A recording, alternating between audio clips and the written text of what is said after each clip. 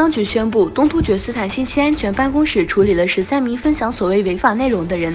根据韩东网的消息，13名被指控分享非法内容的人中有3人是维吾尔人，10人是汉族人。2名来自印尼的19岁和35岁的维吾尔人因使用黑大衣一词而逮捕。维吾尔人通常用黑大衣一词来指代汉族人。上个月，东突厥斯坦的网络安全部门关闭了26个网站、微信群和个人社交媒体账户。土耳其6月份通过中国互换协议获得10亿美元用于充实储备，以相关讯息不公开为由，要求匿名的2位知情人士透露，土耳其在6月份根据一项可追溯至2012年的互换协议，从中国获得了价值约10亿美金的资金。这是土耳其第一次根据里拉与人民币互换协议获得如此巨额的资金。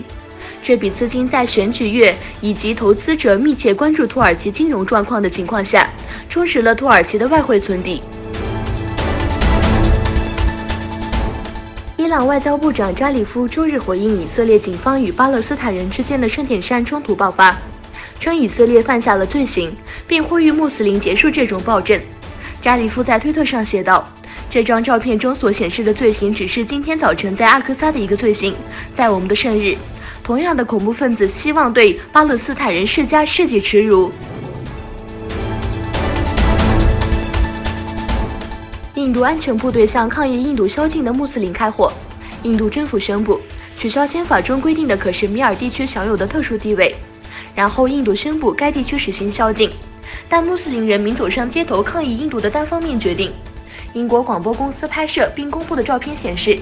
印度警察向可什米尔的穆斯林开火，并用胡椒气干预。该报告没有提供有关多少人被杀或受伤的信息。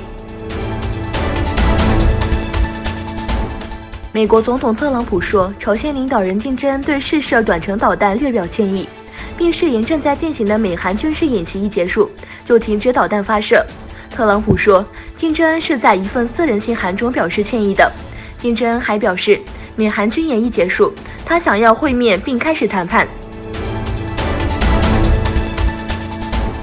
伊斯兰世界庆祝古尔邦节。古尔邦节第一天清晨，穆斯林蜂拥到清真寺进行古尔邦节祈祷。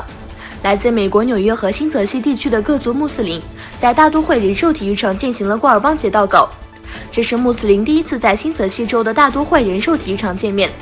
新泽西州州长费尔摩菲来到体育场庆祝穆斯林社区的古尔邦节。